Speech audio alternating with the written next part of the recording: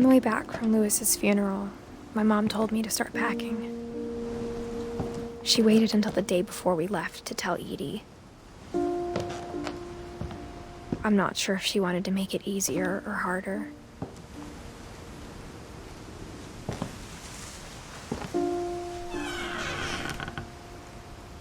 I wish we'd stayed.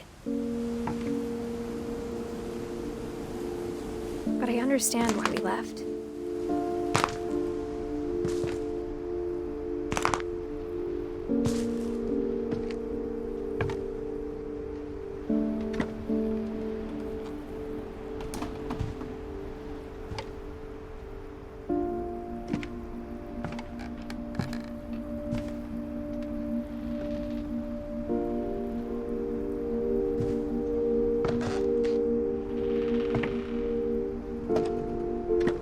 My mom ended up leaving everything behind.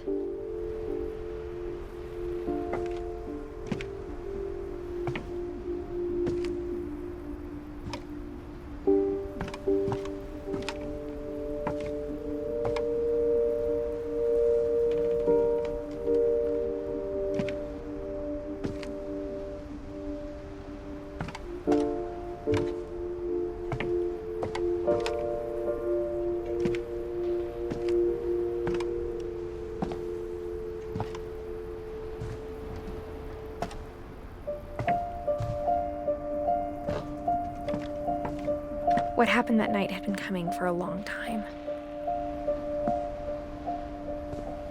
Maybe it should have come sooner.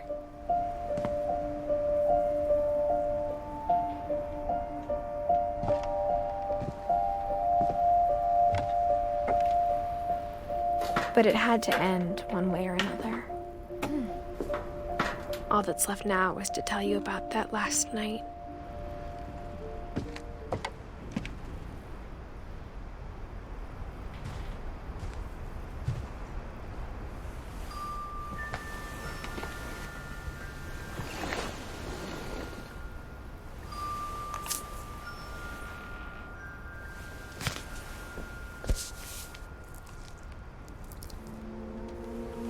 That whole last day, Edie just watched us pack and didn't say a word.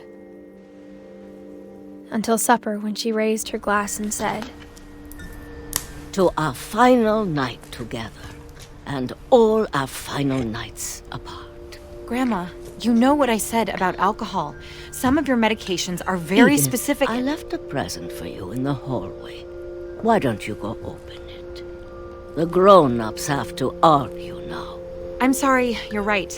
We're all leaving tomorrow. Let's just enjoy our last... I'm not leaving. Edith, you're excused.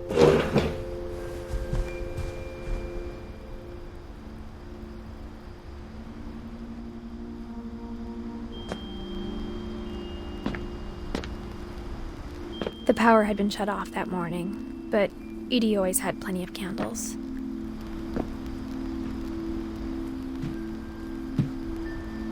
When my mom sealed the library, I don't think she knew about the other entrance.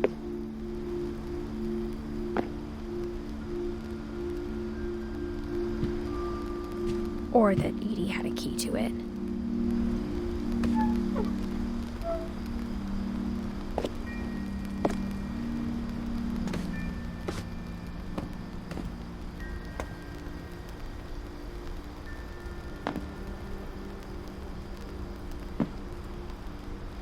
That thing you're afraid of isn't going to end when you leave the house.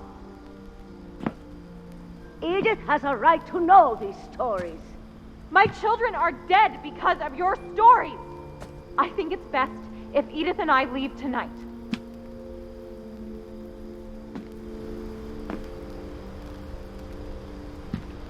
We'll have the nursing home send a van for you in the morning, okay?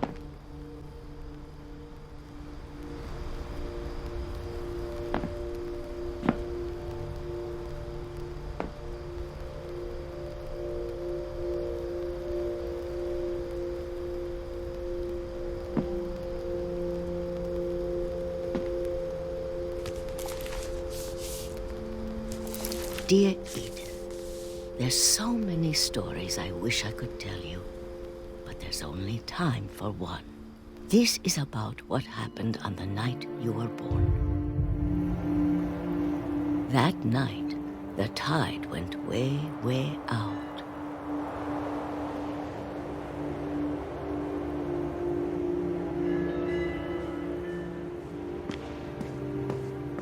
It was the first and last time I ever saw the old house aground. There'd been an earthquake out in the middle of the ocean.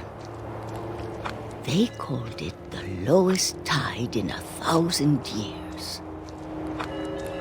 God, it smelled awful.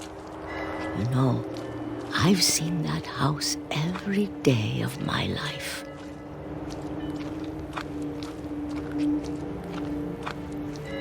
But I never thought I'd go back to it. When the fog rolled in, I lost my way.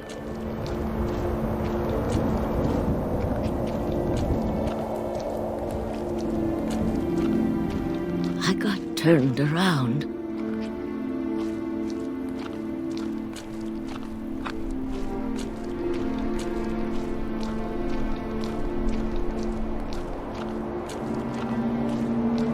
For a while, I wandered.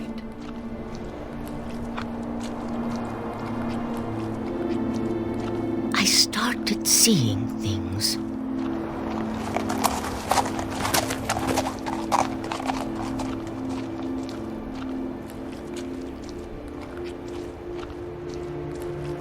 Things I'd forgotten had ever existed.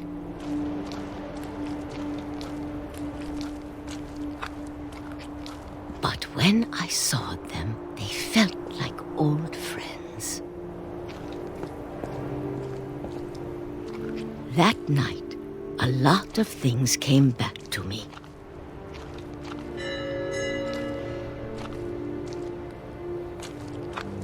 Or maybe I came back to them.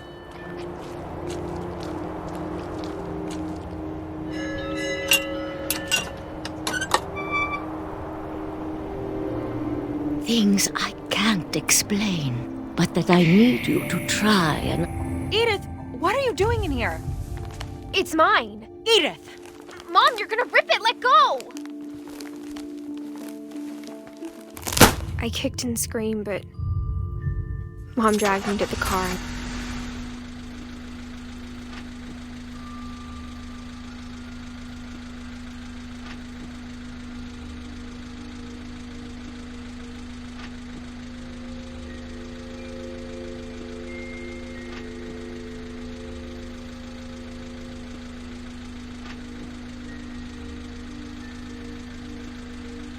I never saw Great-Grandma Edie again.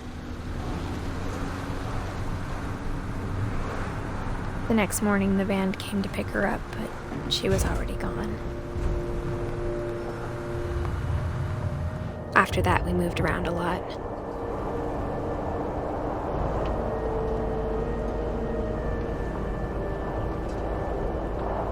We both tried to make the best of it.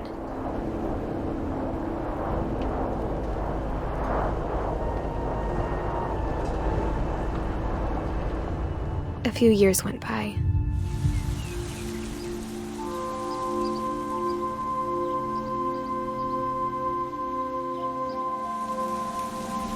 My mom didn't like to talk about it, but she started getting sick a lot.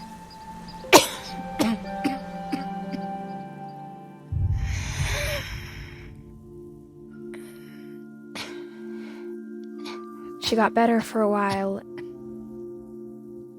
and then she didn't. And then I was alone.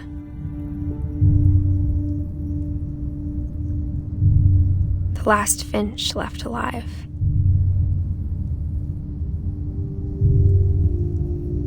Until I found out about you. I'm still not sure what to tell you about all this.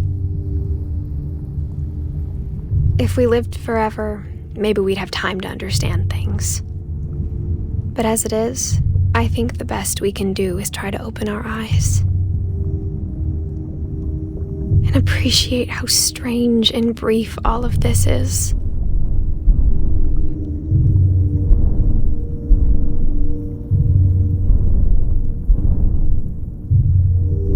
This journal was supposed to be for you, but now I hope you'll never see it. I just want to meet you and tell you all these stories myself. But I guess if you're reading this now, things didn't work out that way.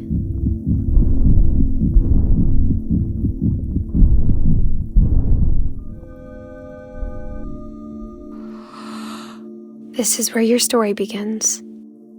I'm sorry I won't be there to see it. It's a lot to ask, but I don't want you to be sad that I'm gone. I want you to be amazed that any of us ever had a chance to be here at all. Good luck.